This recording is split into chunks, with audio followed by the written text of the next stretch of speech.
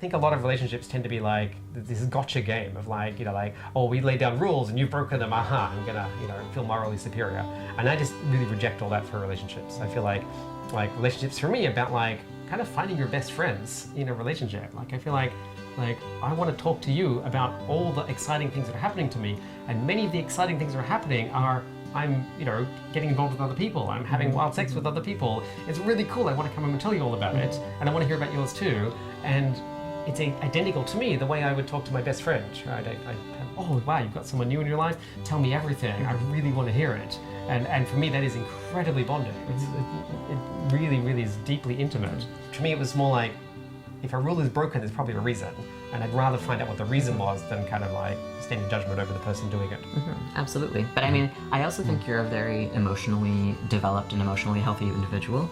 And I also think that you have an easier time with that specifically because you don't tend to experience jealousy in relationships. There's that. Whereas I and a lot of people that I know do. And I think that makes a really big difference to the way people react to those kinds of situations. Because a lot of people that I know, and I think myself even, if that kind of thing happened in a relationship where we had an agreement that that wouldn't happen, I think my first reaction would probably be hurt. It would be a feeling that it's a betrayal of trust, especially if we'd had a mutual agreement. And that would require some work on my part. It would require conversations between us to understand why it happened. And I think we'd probably arrive at the same conclusion that you did. But I think it's harder for people to do, when they experience insecurity or jealousy around their partner.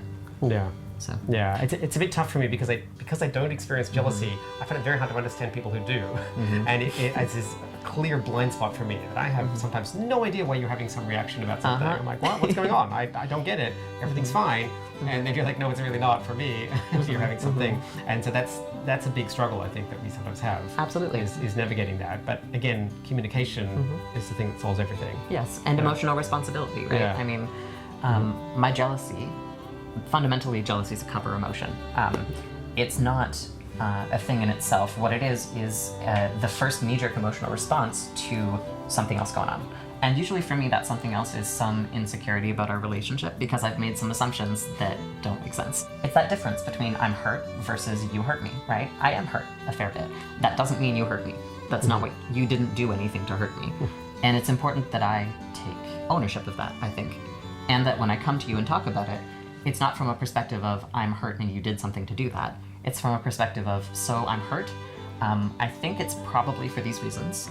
I'm feeling insecure and I think I'm assuming that this is how things are. Can I check in with you and check if that's how things are? And usually the answer is, well, no, that's not how things are at all. Where did you get that? Somewhere in my brain, I don't know. But thank you for clarifying that for me. And then we can move forward from there,